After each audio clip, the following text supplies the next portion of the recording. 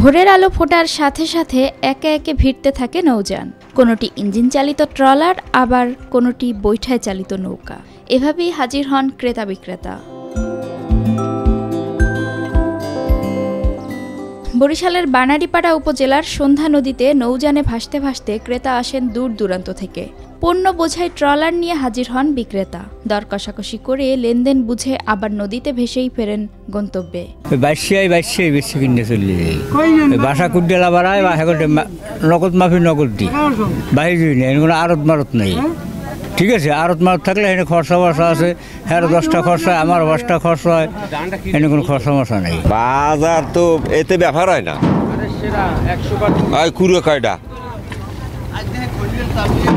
এই 2030 টাকায় কিনছি এই ধান, চাউল 24 শেয়ার, তারপরে কত ব্যবসা নাই না, এক মনো ব্যস্তারই নেই। নদী বেষ্টিত দক্ষিণাঞ্চলের বিভিন্ন এলাকায় ভাসমান হাট জমলেও ঐতিহ্যে পরিণত হয়েছে এই হাট। এখানে শুধু চাল নয়, জমে ধানের হাটও। সকাল 7টা থেকে নদীর পূর্ব পাড়ে চালের হাট বসে, শেষ হয় 10:30টার দিকে। বেলা 11টার দিকে নদীর পশ্চিম পাড়ে জমে ধানের হাট, চলে বেলা 2টা পর্যন্ত। সপ্তাহের শনিবার ও মঙ্গলবার প্রধানত হাটবার। ক্রেতা বিক্রেতা বেশি হলে রোববার আর বুধবারও বর্ধিত হয় তা। স্থানীয়রা বর্ধিত সময়কে বলে গালা। এটা 74 চাল, বাজার আজকের গাহক নাই, গাহক কম, 17 টাকা বলছে, বুঝছেন, নেওয়ার পর বেশি নেই। এটা হলে মঙ্গলবার আর শনিবার, সপ্তাহে 2 দিন হাট। ভাসমান হাটের সাথে তীরের কোনো সম্পৃক্ততা নেই, বরং ভাসমান হাটকে ঘিরে তীরে গড়ে উঠেছে অস্থায়ী দোকান।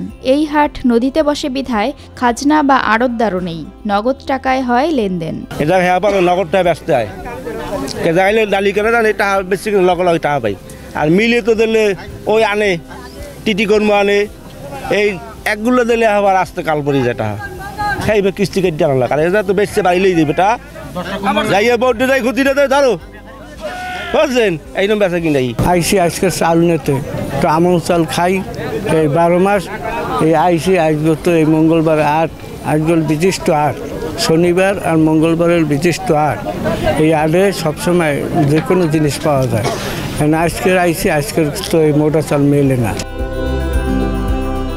কুটিয়ালদের ওপর নির্ভর করেই টিকে রয়েছে ভাসমান হাট। কুটিয়াল হচ্ছে বাজার থেকে ধান কিনে তা প্রক্রিয়াজাত করে চাল বানিয়ে আবার পরের হাটে চাল নিয়ে হাজির হন যারা। বানারীপাড়ায় 2 দশক আগেও 4 থেকে 5 হাজার কুটিয়াল ছিল, এখন তা নেমেছে 3 থেকে 400-তে। চালের বাজারের অস্থিরতা, দেশীয় পদ্ধতিতে উৎপাদিত মোটা চালের ভোক্তা কমে যাওয়ায় কুটিয়াল কমেছে।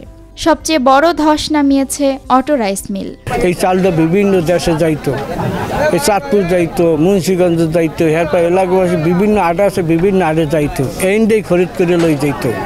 বুঝতে এখন এই অটো মিল লইয়া এই দেশে কোনো ব্যবসায়ী নাই, কুডেলি নাই, নাই, সব ওইলে যে অটো মিলে এই দক্ষিণ ইন্ডিয়ার দানা নিয়ে সব অটো মিলে লই যায়।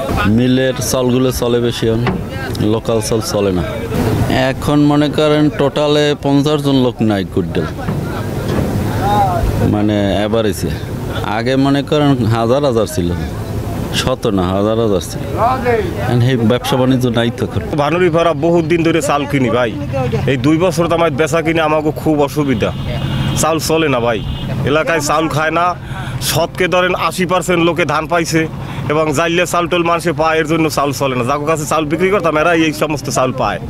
আমাকে ব্যবসায় খুব ভাই অসুবিধা ভাই, এখানে কারবার ছাড়িয়ে অন্য কাজে যাবো। ভরা মৌসুমে 50 লাখ থেকে 1 কোটি টাকারও বেশি ধান চাল বিক্রি হয় এই হাটে। এভাবে ঠিক কবে থেকে শুরু হয়েছিল এই হাট তার সঠিক তথ্য নেই কারো কাছে। ধারণা করা হয় কমপক্ষে 200 বছর ধরে চলছে এই ভাসমান হাট।